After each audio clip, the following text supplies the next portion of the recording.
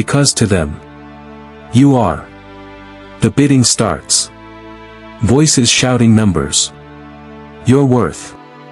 Reduced to coins. And just like that, it's over. You've been sold. Your master doesn't look at you. Not really. To him, you're just another purchase. Another tool. Another thing that can be replaced. You're taken to his house. A large villa. Beautiful.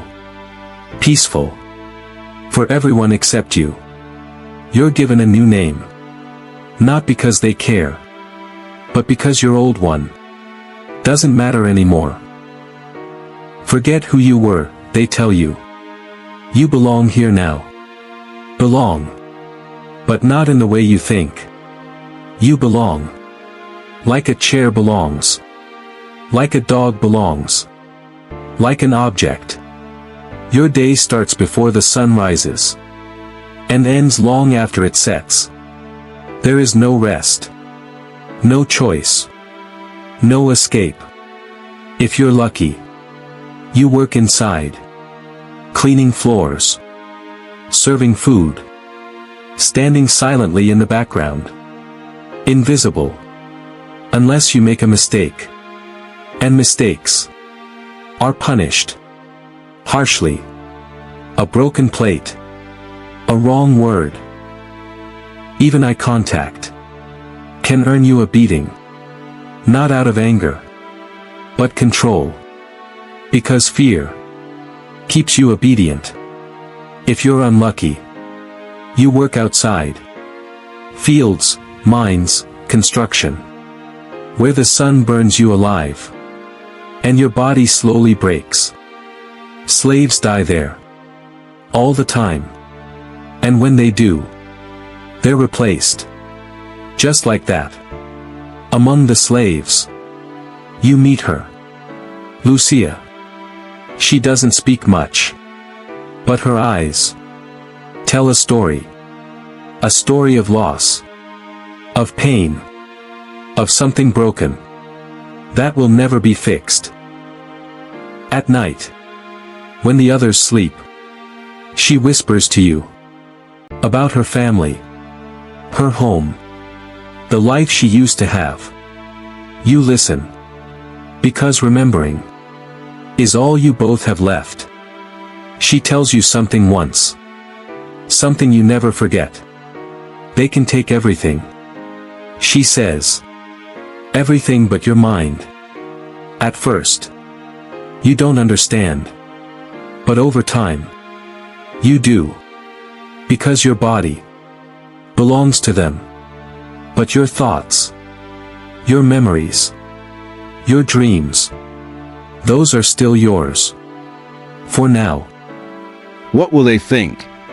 Will they get upset? Am I being rude? But something strange happened. The world didn't end. Later, another message. Can you help me with this? It'll take a few hours. He paused, took a deep breath, and again. No, this time, it felt a little easier. Not comfortable, but powerful. Day by day, Eno became his shield. He said no to distractions. No to people who drained him. No to habits that destroyed his time. No to things that didn't align with his purpose. And slowly, something magical started happening. He had time. Time to think. Time to grow. Time to build. Time for himself. He started waking up early. Working on his goals. Reading. Learning.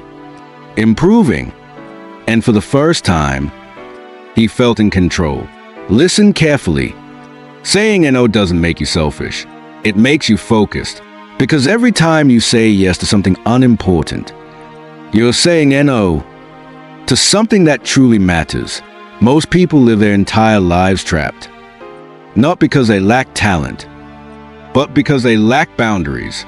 They are available for everyone, except themselves. I understood something most people never do. You don't get the life you want. You get the life you allow. and he stopped allowing nonsense. Months passed, then years, and the same boy, who once couldn't say N-O, built a life people admired. Not perfect, but intentional, peaceful, disciplined, powerful. People started asking him, "How did you change your life?" He smiled and gave a simple answer. "I stopped saying yes to everything. Now listen to me. This is where your story begins. You don't need more time. You don't need more motivation. You don't need a perfect plan. You need courage. The courage to say no to things that waste your life. No to people who pull you down. No to comfort when it's time to grow. No to excuses. Because every powerful life is built on disciplined decisions, and disciplined decisions start with boundaries. So the next time life tests you, and you feel that pressure to say yes, to fit in, to avoid conflict, to please others, pause, take a breath, and ask yourself, is this taking me closer to my life or further away? And if the answer is clear, be brave enough to say it, no, because sometimes the most powerful word in your life is the one you're most afraid to use. And the moment you master it is the moment your life truly begins. One day, a slave tries to run. Just one.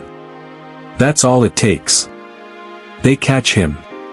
Of course they do. And then they make an example. All the slaves are gathered, forced to watch.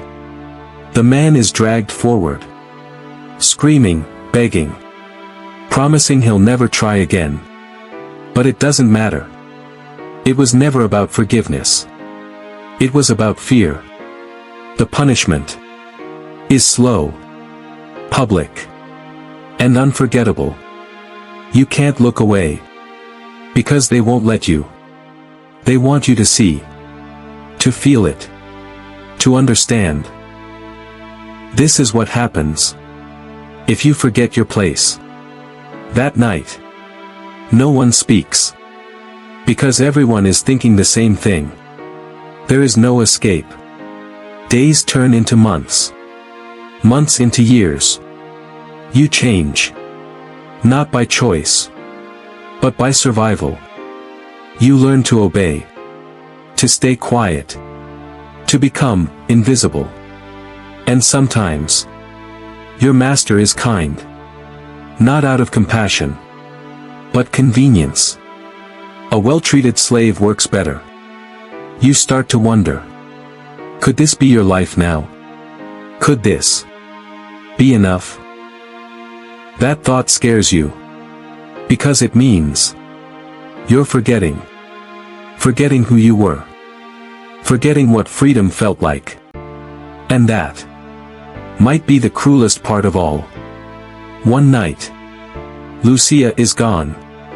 No warning, no explanation, just gone. You ask around, but no one answers, because no one knows, or no one dares to say. Days later, you hear whispers. She was sold to someone worse, far worse. And just like that, she's gone from your life, like she never existed. That's when it hits you, harder than anything before. You are alone, completely, utterly alone. You sit in silence, staring at your hands, the same hands that once held freedom, now marked, scarred, owned. You think about escape again, not because you believe in it, but because you need to. Because without hope, you're already dead. But deep down, you know the truth. A truth no one wants to say out loud. Most slaves never leave. Not free. Not alive. So when you imagine ancient Rome, the grand buildings, the powerful empire, the glory, the strength. Remember this. None of it would exist without people like you. Broken, forgotten, enslaved. Because behind every empire, there is suffering. And behind every victory, there are lives that were never given a choice. And if you had lived back then, if you had been in the wrong place, at the wrong time, you wouldn't be a hero. You wouldn't be a ruler. You wouldn't be remembered. You would be a slave, just like millions before you.